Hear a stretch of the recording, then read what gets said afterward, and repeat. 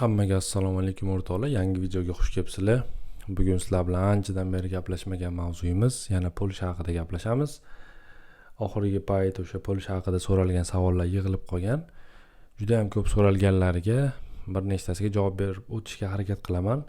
Savollar ko'payganini men tushunaman. Sababi hozir universitetlarga qabullar ochilgan, student bo'lib kelmoqchi bo'lganlar ko'p. Bundan tashqari ishchi viza bilan kelmoqchi bo'lganlar ham juda ham ko'p Polshaga. Oxirgi payt viza, ya'ni turist viza qilib sayohat qilmoqchi bo'lganlar ham ko'payib qolgan. Shuning uchun muhim savollarga o'zim bilganimcha javob berib o'tishga harakat qilaman. Hamma savollarni ham cover qila olmayman bugungi videoning o'zida, ya'ni hamma savollarga ham javob berib o'ta olmayman. Agar sizlarga yana qanaqa savollar qiziq bo'ladigan bo'lsa, kommentariyaga yozib qo'yinglar. Bilganimcha javob berib yoki sizlar uchun izlanib shuni javobini topib video qilishga yana harakat qilaman.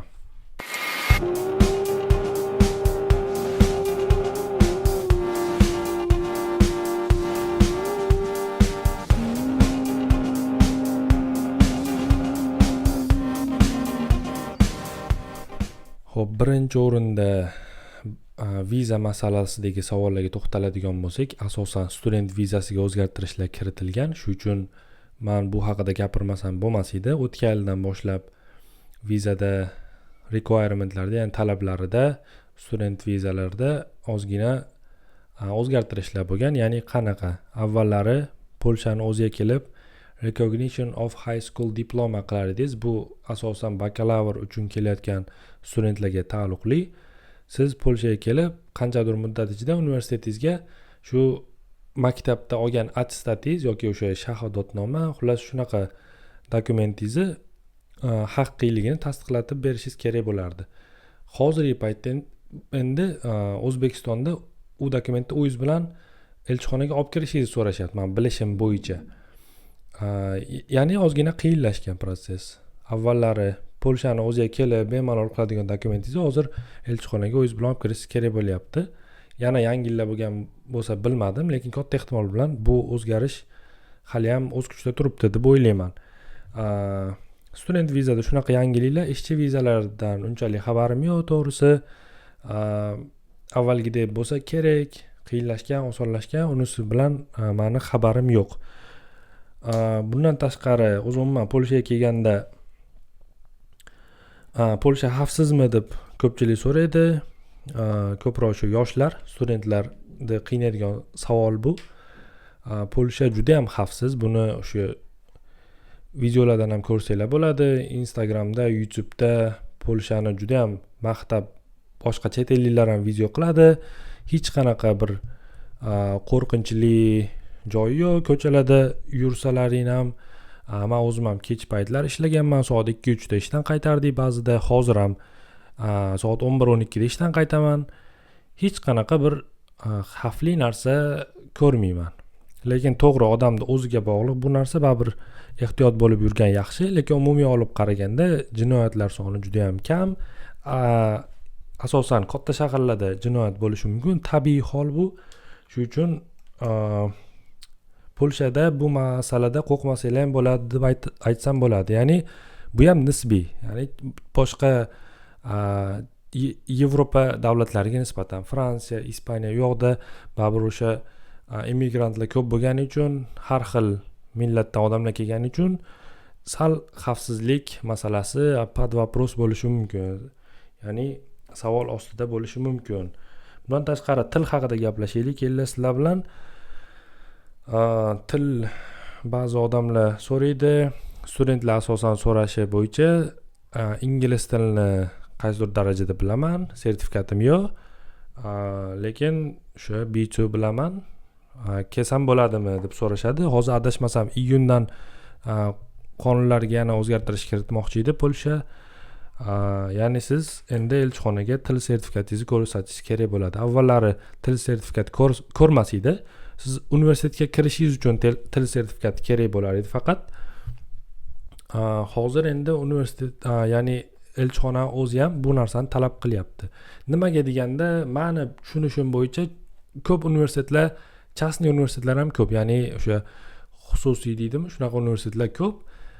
Davlatniki emas, ularga asosan ular biznes maqsadida ochilgan bo'ladi. Yana bilmadim, o'qiyotganlar mendan yaxshiroq bilishadi. Yo'g'iga ba'zi odamlar bor, ya'ni sizni til sertifikat talab qilmaydi universitetda. Siz ularni intervyusidan o'tsangiz bo'ldi. Ya'ni agar u biznes uchun ochilgan bo'lsa, unga o'qitish sifati unchalik muhim bo'lmasa, men hamma частныйlarni ham aytmoqchi emasman, lekin ba'zilari shunaqa. Sizni prosta aytaylik, ingliz tilingiz B1 B2 emas, B1 levelda bo'lsa, baribir qabul qilib sizni pulingizni olishi mumkin, to'g'rimi? Universitetga bu qiziq bo'lmasligi mumkin.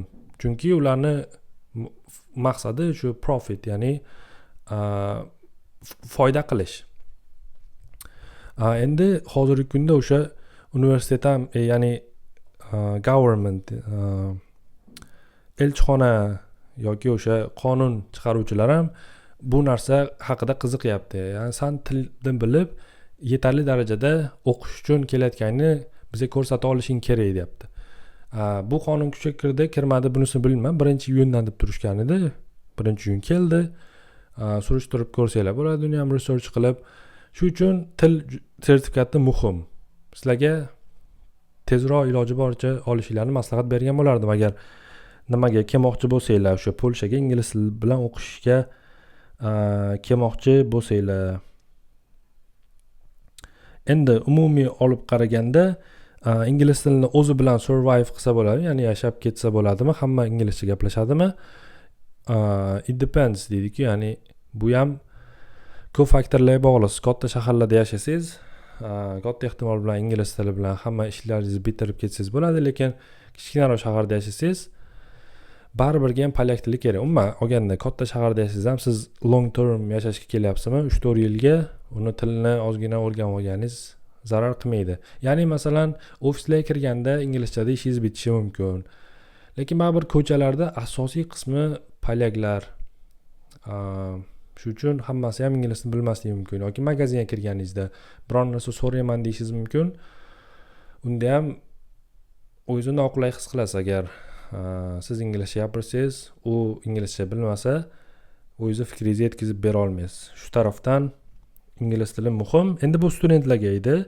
Ishchilarga bo'lsa, ishchilarga katta ehtimol bilan ruscha bilan ishlashsa bo'ladi. Chunki realistically qarasak, ya'ni ochig'ini aytadigan bo'lsak, ishchilar kamroq kontakt qiladi studentlardan ko'ra. Ularni asosiy vaqti shu ishlash bilan ketadi, to'g'ri? Men o'zimni olib gapirmayapman, hech qanaqa hate qilish kerak emas. Bu yoqda ko'p ishchi tanishlarim bor, o'sha yoshlari katta, asosan ishlash maqsadida kelishgan. Ularda даже выходной kam, ya'ni ular asosiy vaqtini shu ishlash bilan o'tkazishadi. Shanba yo yakshanba kuni выходной bo'ladi. Yana o'sha o'zlarining kruglarida ishlashda davom etishadi. Studentlar bo'lsa baribir bir narsalarga o'zi harakat qilib yurish kerak bo'ladi, to'g'rimi? Hech bo'lmasa ishlashingiz kerak bo'ladi. O'qishga borasiz, ishlashga borasiz, har xil magazinga borasiz, boshqa ofislarga borishingiz, bank karta ochtirishingiz, shunaqa narsalar kerak bo'ladi. Shuning uchun inglizcha studentlarga kerak dedim. Ishchilarga ish beruvchilar ham ko'pchilik yosh kattaroq bo'lgani uchun yo ishda ko'proq o'sha SNG davlatlardan kelganlar bo'lgani uchun umumiy qilib aytadigan bo'lsak, ularga rus tili bilan ishlash iloji bor. Ya'ni ingliz tilini bilishi majburiy emas. Shu taraflari bor. To'g'ri tushunasizlar degan umiddaman bunisini ham, o'sha ikki guruhga bo'lib gapirganim uchun. Va yashash qimmatmi degan savol ko'p kelgan. Men hozir savollarni yozib olganman, shu uchun ularga qarab javob berishga harakat qilyapman. Qimmatmi? Endi bu ham it depends degan zo'r javob bilan javob bersa bo'ladi. Bu savolga ham ko'p narsaga bog'liq. Sizlar qanaqa yashashinglarga, qanaqa joyda yashashinglarga, nimalar yeb ichishinglarga, to'g'rimi?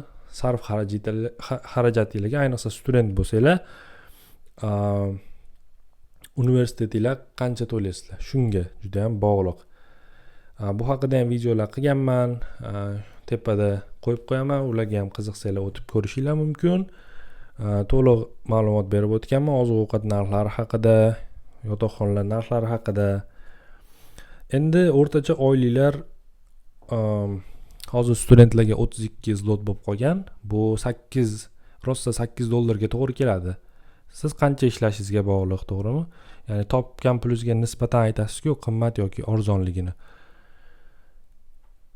Studentlarda o'rtacha, endi hamma shaharda har xil, lekin umumiy olib qaraganda bir $400-500 atrofida rasxodingiz bor oyiga. Undan kamga yashayotganlar ham bo'lishi mumkin, undan ko'pga yashayotganlar ham bo'lishi mumkin. Juda ham nisbiy narsa-da bu. Shuning uchun qimmatmi, arzonmi yashash degan narsaga men javob bera olmayman. Umumiy olib qaraganda arzon.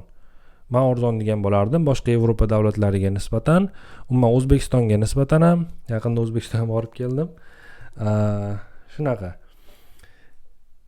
Keyin ko'proq studentlarni qiziqtiradigan narsa bu kontraktni o'zim qoplay olamanmi degan savol.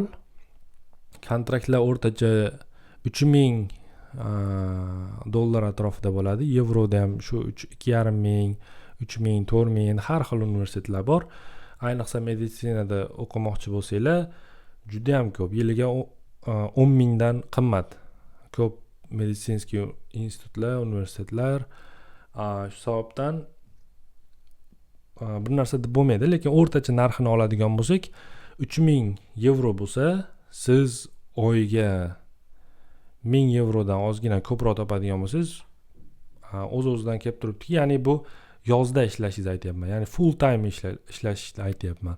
O'qishingiz bo'lmagan holda o'rtachasi bu ham. Bundan ko'p topayotganlar bor, lekin bundan kam full time'da bundan kam topmasangiz kerak. Ya'ni siz o'sha haftasiga 40 soatdan kam ishlamasdan bir oyda o'sha 20 kun yo 25-26 kun ishlashingiz yoki ozgina adashdim 23-24 kun, ya'ni har haftadan 2 kun dam olgan taqdiringizda ham o'rtacha €1000 €1000 atrofida topasiz. Undan sal ko'proq topasiz. Bu degani kontraktingizni to'lashingiz uchun siz 3 oy ishlashingiz kerak. 3 oy shu men aytgan o'rtacha vaqtda ishlashingiz kerak. Shu agar 3 oy kanikulda polni ishlab rasxodlarimdan ham orttirib shu 3000 yig'a olaman deydigan bo'lsangiz, конечно, eplasa bo'ladi. Lekin umumiy olib qaraganda, masalan siz €1000 dan ko'proq topsangiz ham, aytganimdek $400 masalan rasxodlaringizga ketsa, yotoqxonangiz, yeb ichishingiz, ko'chaga chiqishingiz, boshqa narsalarga ketadigan bo'lsa, qancha qolyapti? 600-700 qolyapti, to'g'rimi? Shuni hisoblab ko'ringlar. Yetadi deb olmayman, lekin yetkazayotganlar ham ko'p. Masalan, men o'zimda 40% scholarship bor. Universitetda skidkasi bor. Shu uchun men ko'p to'lamayman. 2,5 ni shu yarmini to'layman. Shuning uchun menga undan qimmat tushib ketmaydi. Sizlar ham agar shunaqa universitetda topadigan bo'lsanglar, bemalol menimcha shu yozgi kanikul 3 oy bo'ladigan bo'lsa, 3 oydan ko'proq bo'ladigan bo'lsa, 1 oyini ishlab kontraktinglarni to'lab olishinglar mumkin bo'ladi. 1 oy yoki 2 oyni, ya'ni sarf xarajatinglar ham bo'ladi-ku. Shuni hisobga olib to'lasa bo'ladi. Yoki ko'proq ishlash kerak. Overtime deydi. Shu haftasiga 40 soat, kuniga 5 kun 8 soatdan emas, 5 kun 12 soatdan yoki 6 kun 8 soatdan ishlashga to'g'ri keladi, shu ko'proq pul topish uchun. Endi o'sha scholarship haqida gapirdim. Scholarshiplar beradimi deb juda ham ko'p studentlar so'rashadi. Yo'q, bermaydi, to'g'risi. Juda ham kam hollarda beradi. Bizga Lodsda, ya'ni men o'zimda bor emas, Lodsdagi scholarship, ya'ni universitetimizdagi scholarship, hozir aytganim 40%lik. U juda ham ko'p davlatlarni aholisiga bergan, studentlariga bergan. Ya'ni 7-8 davlatlar bor edi. 2022, 21 va undan oldingi yillarda 2-3 yil faqat shu 50% skidka bergan. 23-yildan uje skidkani to'xtatgan. Da, 23, 24, 25. bu yil 25 bo'ladigan bo'lsa, bu 3-yil skidka bermayapti. Ba'zi universitetlar berishi mumkin, uni ham qidirib topsa bo'ladi. Nimaga bermaydi? Mani o'ylashim bo'yicha o'zi 3000 juda ham arzon narx. Yevropaga kelib, bu yoqda yashash uchun universitetlarga menimcha juda ham arzon. Ham topishingizga nisbatan juda ham arzon narx. Shu sababdan universitet grant bermaydi. Lekin yaxshi tarafi bor, stipendiyalar bor. Siz agar yaxshi o'qiydigan bo'lsangiz, birinchi kursda yoki adashmasam birinchi semestrdami, birinchi kursda, masalan biz universitetda gapiradigan bo'lsam, birinchi kursda zo'r o'qisangiz, ikkinchi kursdan siz stipendiya olishingiz mumkin bo'ladi. Ikkinchi kursda to'lanadigan stipendiya o'sha oyiga bir semestr uchun to'laydi, 4 oy 5 oyga siz kontraktni polni to'lab yuraverasiz, lekin oyiga qanchadir sizga pul berib turiladi. Uni ham narxini aytishim shart emas, chunki Varshavada boshqacha bo'lishi mumkin, Krakovda boshqacha bo'lishi mumkin, Lodzda boshqacha bo'lishi mumkin. Shu uchun o'zingizlar research qilib, qaysi universitetga ketmoqsizlar, qaysi yo'nalishga ketmoqsizlar, shu narsalarga ham juda ham bog'liq. O'zingizlar research qilib topishingiz mumkin bo'ladi. Universitetlarning saytida hammasida bor. Ma'lumotlar tuition fee haqida, scholarships haqida, yotoqxonalar narxlari, o'zi hamma narsa haqida videolar qilib qo'yishgan va ma'lumot berib qo'yishgan.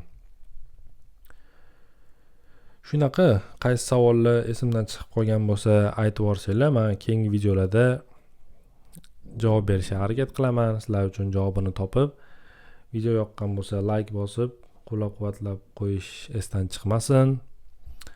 Keyingi videolar yana nima haqida bo'lishini, nima haqida ko'rishni xohlasanglar, kommentariyada uni ham yozib qo'yinglar. Sizlar bilan keyingi videolarda gaplashamiz. Sog' bo'linglar.